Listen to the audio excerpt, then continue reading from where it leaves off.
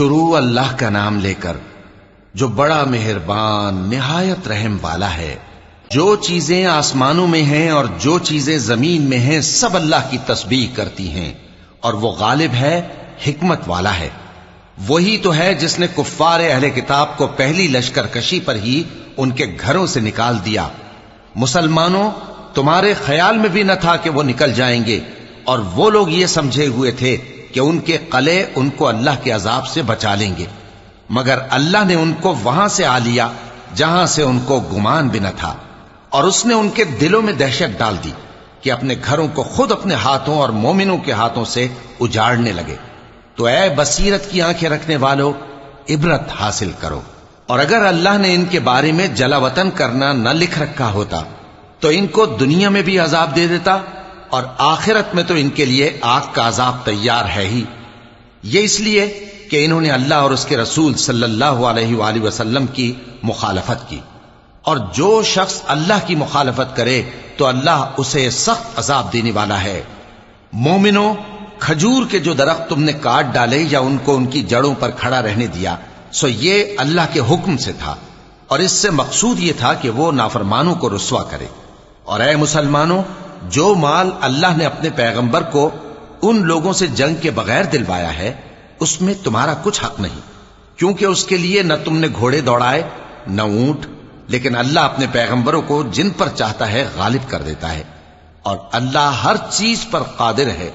جو مال اللہ نے اپنے پیغمبر صلی اللہ علیہ وآلہ وسلم کو بستیوں والوں سے دلوایا ہے وہ اللہ کے اور پیغمبر کے قرابت والوں کے اور یتیموں کے اور حاجت مندوں کے اور مسافروں کے لیے ہے، تاکہ جو لوگ تم میں دولت مند ہیں انہی کے ہاتھوں میں نہ گردش کرتا رہے، اور جو چیز تم کو پیغمبر صلی اللہ علیہ وآلہ وسلم دیں وہ لے لو، اور جس سے منع کرے اس سے باز رہو، اور اللہ سے ڈرتے رہو، بے شک اللہ سخت عذاب دینے والا ہے۔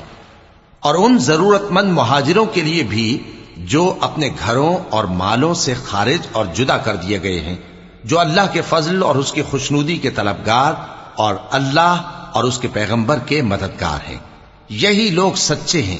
اور ان لوگوں کے لیے بھی جو مہاجرین سے پہلے اس گھر یعنی مدینے میں مقیم ہیں اور ایمان میں مضبوط ہیں، اور جو لوگ ہجرت کر کے ان کے پاس آتے ہیں وہ ان سے محبت کرتے ہیں، اور جو کچھ ان کو ملا اس سے اپنے دل میں کچھ خواہش اور خلش نہیں پاتے، اور ان کو اپنی جانوں پر مقدم رکھتے ہیں، خواہ وہ خود بھی فاقے سے ہوں۔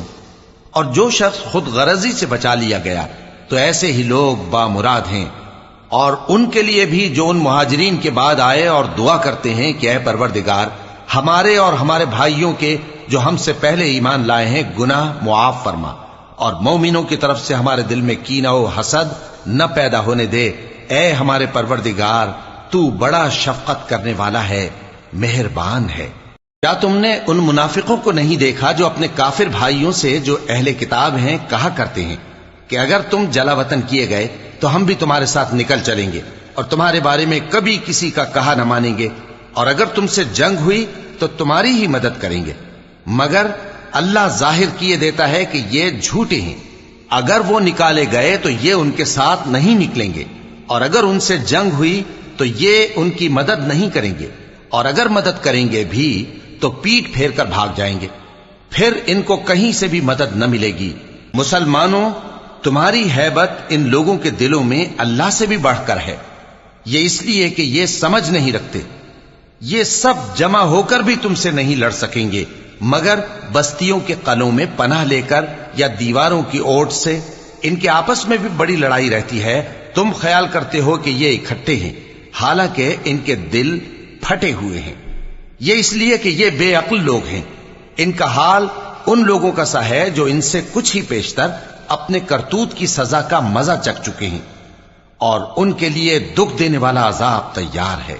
منافقوں کی مثال شیطان کی سی ہے کہ انسان سے کہتا رہا کہ کافر ہو جا، پھر جب وہ کافر ہو گیا تو کہنے لگا کہ مجھے تجھ سے کچھ سروکار نہیں، مجھ کو تو اللہ رب العالمین سے ڈر لگتا ہے۔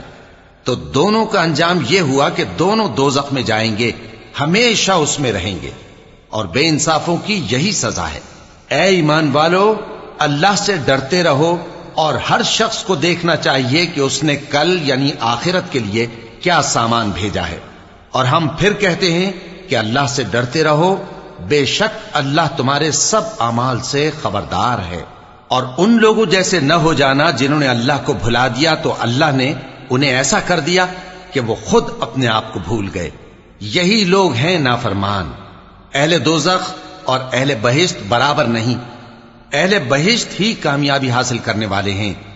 اگر ہم یہ قرآن کسی پہاڑ پر نازل کرتے تو تم اس کو دیکھتے کہ اللہ کے خوف سے دبا اور پھٹا جاتا ہے۔ اور یہ مثالیں ہم لوگوں کے لیے بیان کرتے ہیں تاکہ وہ غور کریں۔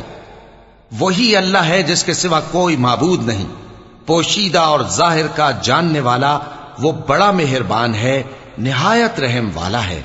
وہی اللہ ہے جس کے سوا کوئی عبادت کے لائق نہیں، بادشاہ حقیقی، ہر عیب سے پاک، سلامتی دینے والا، امن دینے والا، نگہبان، غالب، زبردست، بڑائی والا۔